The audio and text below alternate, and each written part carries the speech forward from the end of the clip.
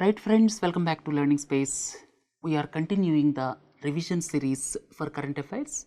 As already announced, these current affairs modules are being presented by bifurcating them into 8 domains like ecology, environment, like national events, international events, economy related, polity related, art and culture, like that.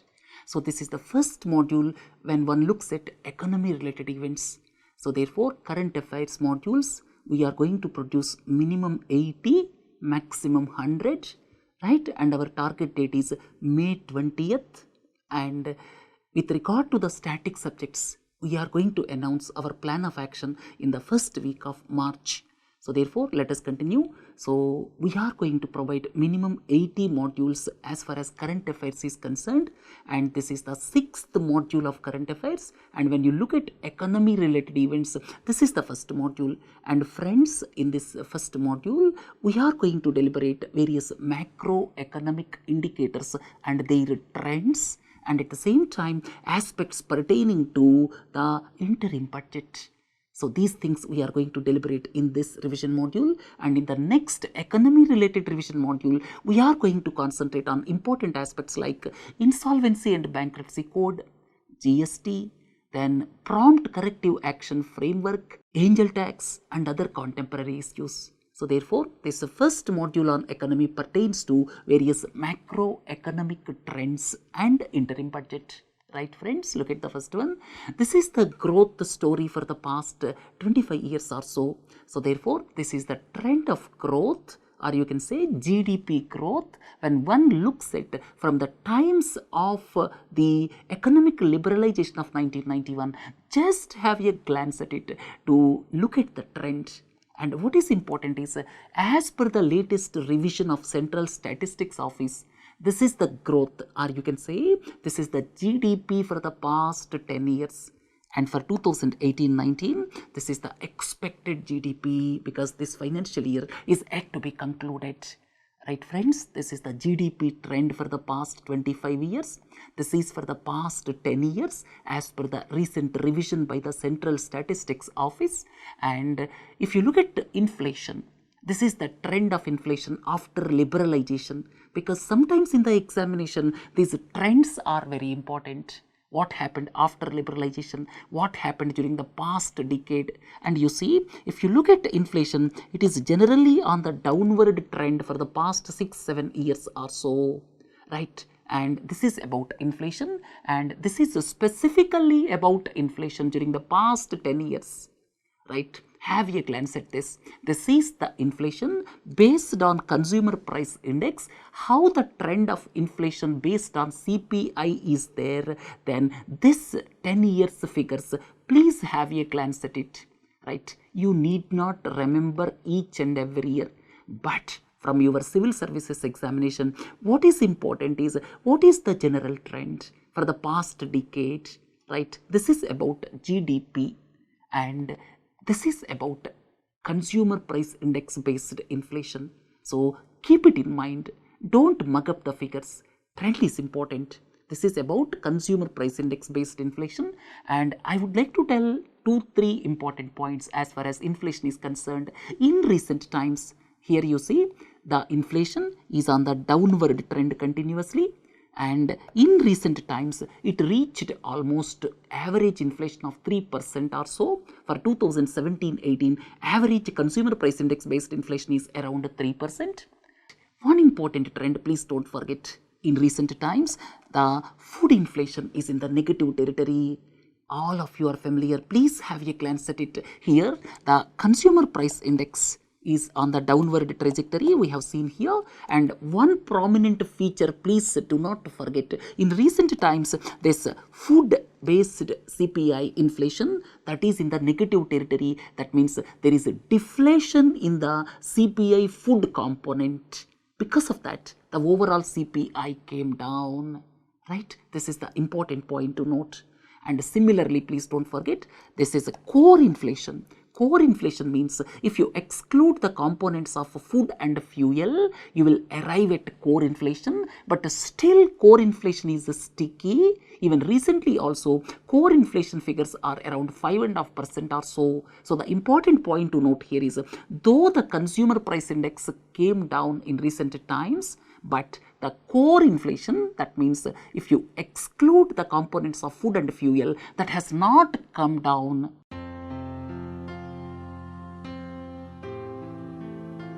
That means you can say the core inflation is still sticky. Another important aspect, if you look at the GVA for agriculture for the year 2018-19, two important points, please don't forget: GVA at constant prices, GVA at current prices.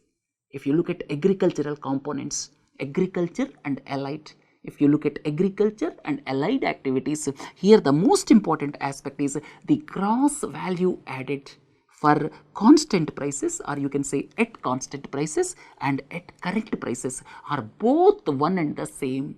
So this is the important aspect. When you look at the preliminary examination, 2-3 things please don't forget: the trajectory of consumer price index. The second important aspect is the recent deflation in the food products here in CPI. And when you look at the GVA deflator, there is a difference here. Here this talks about only certain basket of food products. Very important. This looks at certain basket of food products which are into the consumer price index inflation. But this talks about the entire basket of agriculture and allied activities.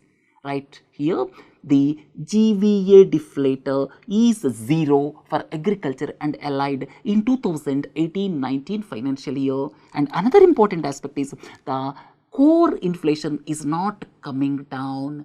Core inflation is sticky. The fall in CPI inflation is predominantly due to the fall in the components of fuel and food. Please don't forget. Right, friends, we had enough discussion on this inflation. Another important aspect is sometimes students may have confusion: CPI is higher or WPI is higher. The important aspect to note here is CPI, WPI, sometimes it may be higher, sometimes the WPI may be higher. There is no hard and fast rule, right? Sometimes this one is higher, sometimes this one is higher, right? At present, WPI is higher than CPI, and if you go back a year ago or so, at that time here the CPI is higher than WPI, and this is because of the reason the component of food. Here the component of food is higher in CPI in comparison to WPI. That means the weightage for food in CPI is higher than that of WPI. And the second point is CPI has got some element of services, whereas WPI has got no element of services. Right, friends, this is with regard to savings. Right, this is about gross fixed capital formation. Right, if you look at the savings, here you see the savings trajectory for the past 10 years or so. This is important. It has reached the peak of around 33% or so, right? Around 7-8 years ago, it reached the peak of around 33% or so, and it is falling subsequently, right? And please look for the latest figures for the past 1 year or so, because this reflects up to 2017 only. So therefore, in general, if you look at savings or gross fixed capital formation, both of them reached the peak around 7-8 years ago, and subsequently they started falling. I am talking about savings as well as gross fixed capital formation or investment expenditure. But the important aspect is, in recent times, there is a slight increase in the gross fixed capital formation, right? And please look for the same trend, or you can say please look for the trend as far as savings is concerned. Right, friends? So if you look at the savings, if you look at the gross fixed capital formation, the important point to note is around 7-8 years ago, it touched a peak. Subsequently, it started falling.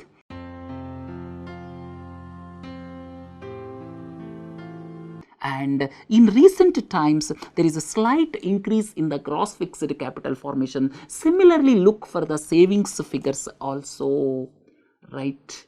And if you look at fiscal prudence, that is fiscal deficit as percentage of GDP, please have the trend after liberalization. This is the trend after liberalization. I am talking about fiscal deficit as percentage of GDP. This is current account deficit, right? So this is current account deficit, and here this is the trend for the past decade, and sometimes it has gone towards current account surplus also after liberalization. This is the important point to note. After liberalization, for a brief period, it has gone into the territory of current account surplus, but most of the period it is into current account deficit. This is the important point to note, right? So please have a glance at how it is moving for the past 10 years and what is the trend for the past 25 years. If you look at the trend for the past 25 years, as far as current account deficit is concerned, here for certain period, very few years, it moved towards positive territory. That means it had seen current account surplus also. That is the important point to note. But most of the times it is into current account deficit. And this is the trajectory of fiscal deficit. Then this is with regard to trade deficit. And please look for the trade deficit figures for the past 10 years. Don't look at the figures. Trend is important. That is most important factor, right? And if you look at India's trade balance, since 1995, the figures are available for the past 25 years. We were never into the positive territory. That means we were never into the trade surplus, right? But we are always into this trade deficit, right? For the past 25 years, figures are available here. That means almost after liberalization. Right, friends? Here you see the fiscal deficit. Here, now it is 3.4% as per the revised budget figures recently, right? So please don't forget, this 3.3 was mentioned previously, but now it is revised to 3.4%. Please don't forget, right? Minor changes, that means when something is revised, that may not be that important from UPSC perspective, but overall trends are important, right, friends? This is about the fiscal deficit, right? You can have a glance at it. And 2018-19, 3.3% is the budgeted estimate, but recently it is revised to 3.4%. So therefore, the fiscal deficit is 3.4% of GDP for 2018-19 as per the revised figures, and also 3.4% for 2019-20 as per the budgetary estimates, right? So 3.4% and 3.4%, and this is the trajectory, please don't forget. Please keep it in mind. This talks about the fiscal deficit for the past 25 years, and this specifically talks about during the past decade, right, friends? This is current account deficit, right, as percentage of GDP. This is totally deficit, right? And we have seen only during certain period it touched the positive territory, right? Here positive is given towards the top, negative is given towards the bottom. But in this figure, it is entirely deficit, right? Deficit is only projected because since 2004-5, there is no surplus, right? And here, this is fiscal deficit, right? So 2017-18 figure is given, but as I have already told you, 2018-19, it is 3.4, and similarly 2019-20, it is projected to be 3.4, right? So the fiscal deficit is 3.4, revised for 2018-19, and 2019-20 projected is 3.4%, right? And here foreign exchange reserves, subsequently they have fallen. Please remember, they have fallen somewhere around at present around $400 billion or so. So this is the trajectory of foreign exchange reserves, right? Please don't forget, this is the trajectory, and recently they have fallen. So they are somewhere around 400 or so, right? So this is the trajectory and continuously increasing for the past 10 years or so. Please look at the trajectory. Don't look for my words. What is important is if you look at the trajectory, then it will be clear to you, right? Then this is exchange rate rupee versus dollar. Have a glance at it. Then this is the 25-year dollar rupee exchange rate.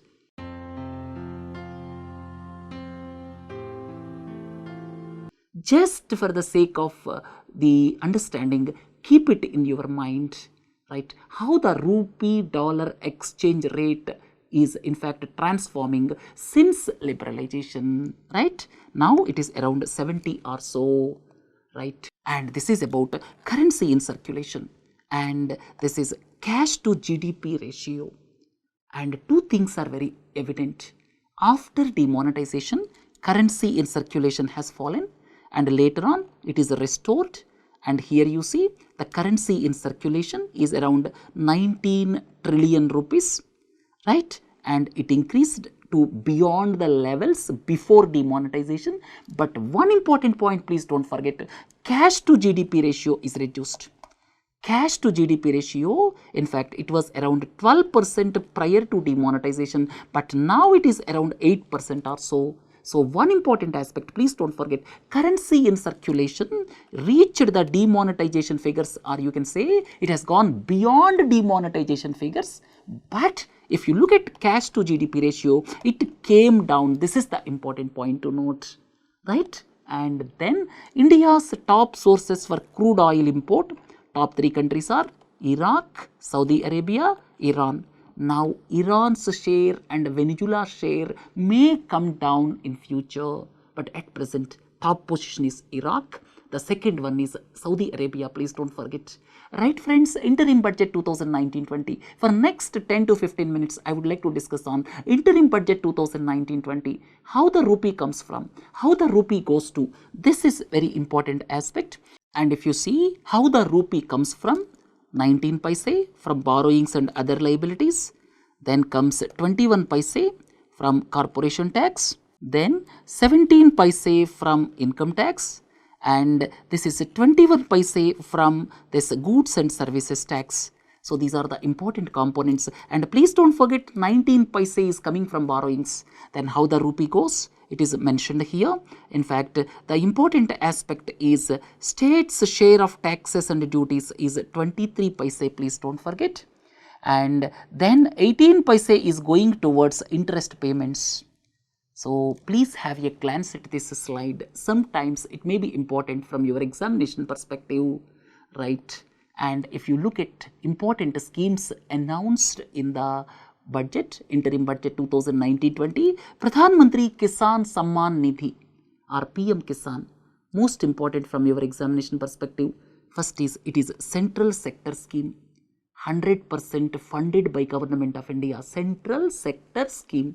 Directly, the Ministry of Agriculture will transfer the amount into the accounts of the beneficiaries. Then the beneficiaries will be identified based on Agriculture Census 2015-16, right? Very, very important. The beneficiaries will be identified based on Agriculture Census, and income support will be in 3 installments and applicable to the families, very important, who own up to 2 hectares of land. So it is families, that means family is taken as wife and husband and minor children. So therefore, this is normally constituted as a family. So as per this PM Kisan Samman Nidhi guidelines, and as per the agricultural census, please see 86% of all farmers are this marginal and small, and 12.5 crore farmers are there which are identified as marginal and small. And each of the farmers will be given rupees 6,000 per year, and the first installment starts for the period December to March 2019. That means this is applicable from December 1, 2018 with retrospective effect. So this scheme is applicable from December 1, 2018. Please don't forget, that is with retrospective effect. And the first installment will be in fact deposited in the bank accounts during this financial year itself. This is the important point to note, right? And Pradhan Mantri SHRAM YOGI MANDHAN, right friends, this is very important. 2-3 important points. One is unorganized sector workers. It is applicable only for unorganized sector workers. The government says there are 42 crore workers in the unorganized sector, and they contribute to almost half of India's GDP as per the minister in the budget speech. And this is going to benefit 10 crore workers in the next 5 years. and it is in fact the unorganized sector workers will be contributing the amount based on the age. 18 years to 40 years is the eligible group of age, and here the persons will be contributing, or you can say unorganized sector workers will be contributing, and matching contribution will be given by the center. Right. So, it provides assured pension of rupees 3,000 from the age of 60 years on a monthly contribution of a small amount during their working life. Right. And another important aspect is it is applicable for unorganized sectors, as I have already told you, and monthly income up to rupees 15,000. This is the important point, and guidelines are given here. Please have a glance at.